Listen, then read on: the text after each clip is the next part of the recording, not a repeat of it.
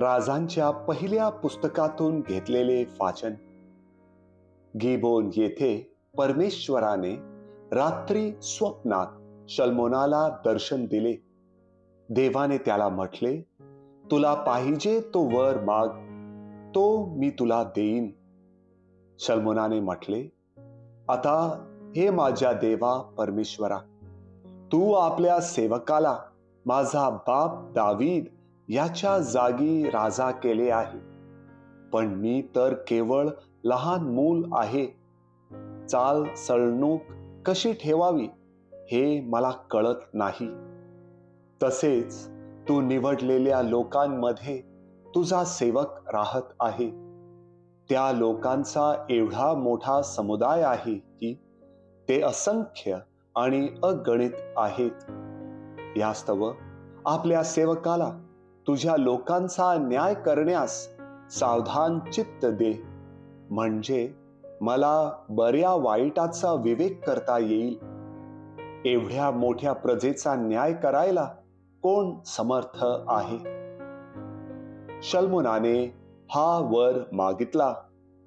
म्हणून त्याच्या ह्या भाषणाने प्रभू त्याच्यावर प्रसन्न झाला. देव त्याला म्हणाला, तू असला वर मागितला, दीर्घायुष्य, धन, आपल्या शत्रूचा नाश यापैकी काही न मागता तू न्याय करण्याची विवेक बुद्धी मागितलीस. म्हणून मी तुझ्या म्हणण्याप्रमाणे करतो. मी तुला बुद्धिमान आणि विवेकी चित्त देतो. तुझ्यासारखा पूर्वी कोणी झाला नाही आणि पुढे होणार नाही. प्रभूचा शब्द. देवाला धन्यवाद.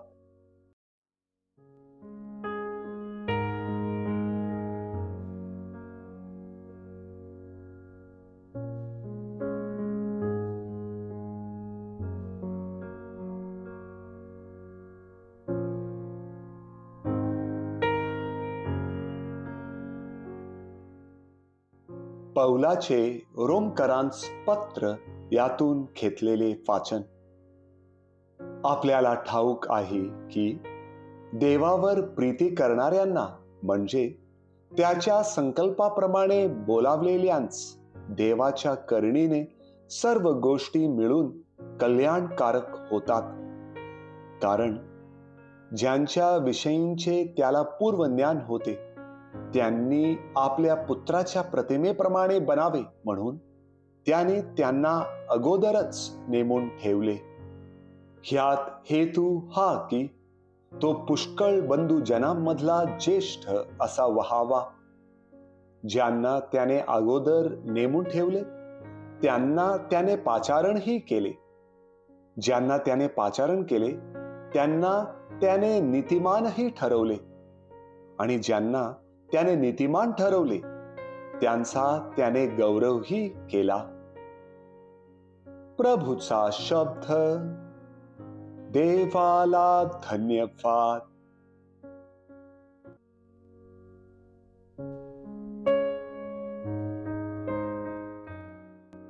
मथै लिखित पवित्र शुभवर्तमानातून घेतलेले वाचन.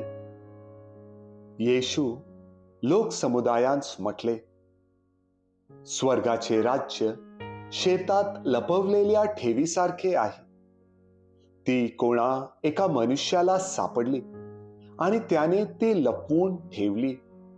मग आनंदाच्या भरात तो जातो, आपले सर्वस्व विकतो आणि ते शेत विकत घेतो.